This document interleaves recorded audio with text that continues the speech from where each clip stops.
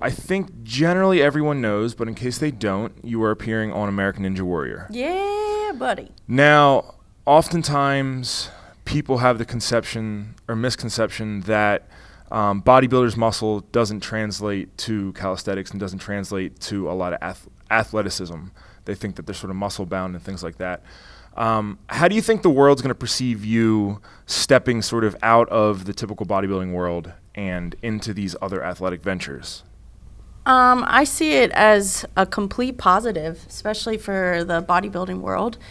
Because of that misconception, people think we're not athletic and we can't do anything. It's not functional. And I grew up an athlete. Like, I played 6 sports. I've done everything. So this is only going to help contribute to American Ninja Warrior because I didn't have to build any strength. I have that. I have the endurance.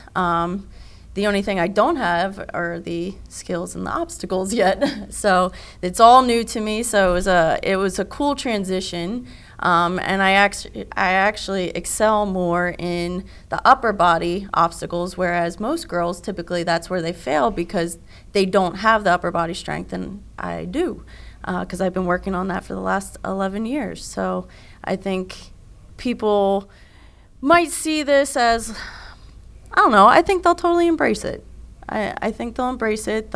I think they're going to see a different side of DLB and a different side to even the American Ninja Warrior. They don't normally have big girls. The girls that typically do well are small, they're tiny, and we'll see how I do. Now, how did you have to change your training for this? I mean, I obviously know, but tell the people. Because I already have the strength, I didn't have to worry about that. So I wasn't focusing on lifting quite as much. It was more or less the technique with the obstacles. So it was a lot of, every other day we would travel to a ninja gym and train the obstacles because even though they looked hard, it was actually just, they were actually easy once you got the technique down. A lot of it was getting over fears. I have a slight fear of heights, and getting comfortable with like swinging from things, swinging and like jumping, because it's all things that I've never done in my life. Like, even though I've played a lot of sports, none of my sports involved like swinging from obstacles and catapulting yourself, and so that was definitely a skill I had to work with. So it was a lot of obstacle training, grip strength, because with bodybuilding, to focus on the muscle, a lot of times we don't want to feel the grip strength. We don't want it in our forearms. So it was no more using like wraps or straps on anything. It was just raw. Everything was raw. And I did a lot of just calisthenics, a lot of body weight, just a lot of pull-ups and push-ups. And now, people are also worried.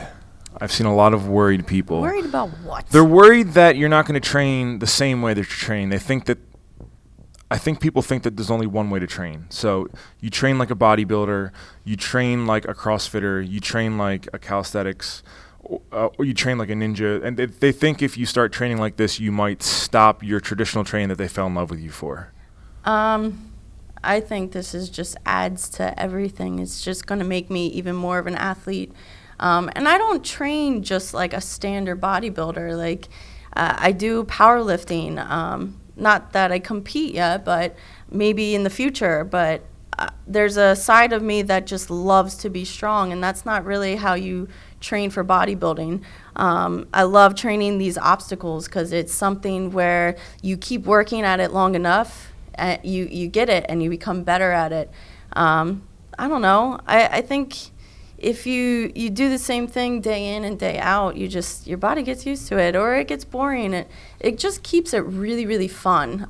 It keeps it very interesting, and you can combine all of it because it all kind of works together. So the bodybuilding and aesthetics, I guess, you're going to be working on that volume and strength. The powerlifting side, where you're going for just pure strength, is going to help you by becoming stronger. And then obviously ninja training with the obstacles and functional training, Even CrossFit. I'm known to not necessarily do CrossFit, but I do a lot of cross training. I do a lot of circuit training. And it's just combining all fitness into one and creating your own workout. There's no set rules. There's no set standards. There's no science involved to anything. If you just go in and you enjoy it, you'll get a lot more out of it. Perfect. Well, I think that's all that I have. Do you have any more questions for yourself? You stumped me on that one. The question was, do you have any more questions for yourself? I don't. You do not. I don't. I have a question for all of you guys. Are you going to watch Dana Linn Bailey on American Ninja Warrior tonight? Oh, it's tonight. Are you going to watch? It is 8 to 10 Eastern Standard Time. Are you going to watch? See what happens. Do you know what happens? I was there. But we can't tell because you got to watch. Oh, hello. Welcome to our Dolphin. Our home away from home. We're on tour for a week. We figure we'll show you guys around a little bit. Living the high life. High life. Only the best. Watch yourself. I'm a motherfucking beast. I'm a motherfucking beast. I'm a motherfucking beast.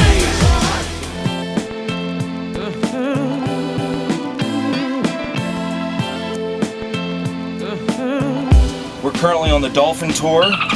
We're driving to Mount Washington and we're gonna climb it. And we invited the world to climb with us.